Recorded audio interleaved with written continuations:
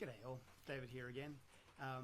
Susie's dragooned me into a few more of these this week because I work in a bigger workplace than she does. Her workplace actually is an office that mostly is just her in it, although there's a number of us on the Metaneo team. I work at Griffith Uni. None of these views represent those of my employers. I should also just note that there's some lovely rain on the roof. Hopefully that's just providing a nice ambiance for the chat rather than making it difficult to hear. So I think that the issue today, we're working this week or talking this week about loving others. So all the people that we encounter, the people that we encounter in our workplace, but also just in life and living. And I think I talked the other day about just being considerate, being courteous, treating other people's time as being as important as our own, and so on.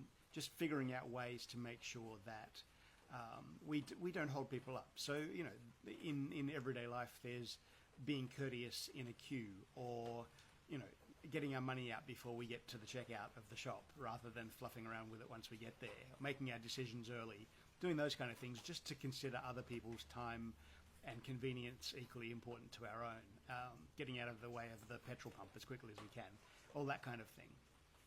A couple of examples that I thought of in relation to the office is meetings. Meetings can be the bane of our lives, and one way to make them less so is to actually just kind of do the mental maths. If I've got 20 people in the meeting for an hour, that's 20 person hours, we would have said man hours in the olden days, of work time that's going to be consumed by that. Will we actually get more done by getting those people in a room for that 1 hour than we would have had having them all working at their own work for that 1 hour, 20 times as much? So thinking about, do we really need this meeting? Can we cancel it and do it with one email, or can we cancel it and do it with a quick video or various other media? Is the meeting just being called for the sake of it because it happens every week or whatever? Or can we actually make it productive enough to even justify its existence?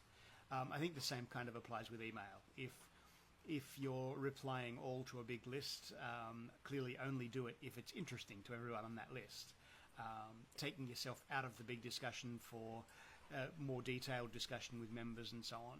It's, again, literally just thinking about, would I like to be receiving this volume of email that's not particularly directly connected to me?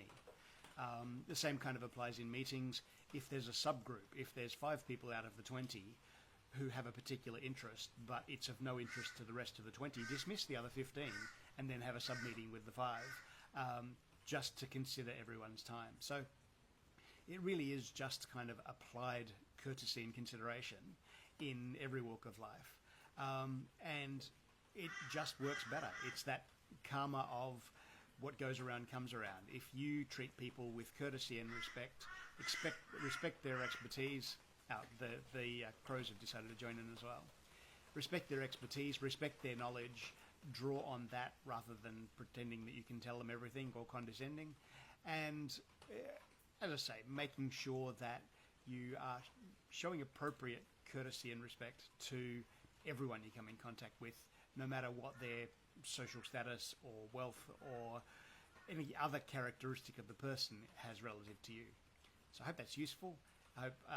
Hopefully what you're feeling is that sort of empathic feeling of going, well, I know that I hate it when a meeting is long and boring and tedious and entirely pointless for me.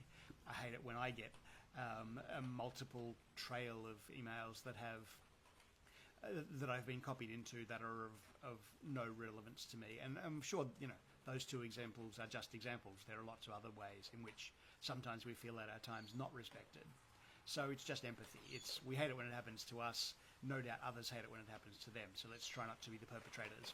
Thanks very much. See ya.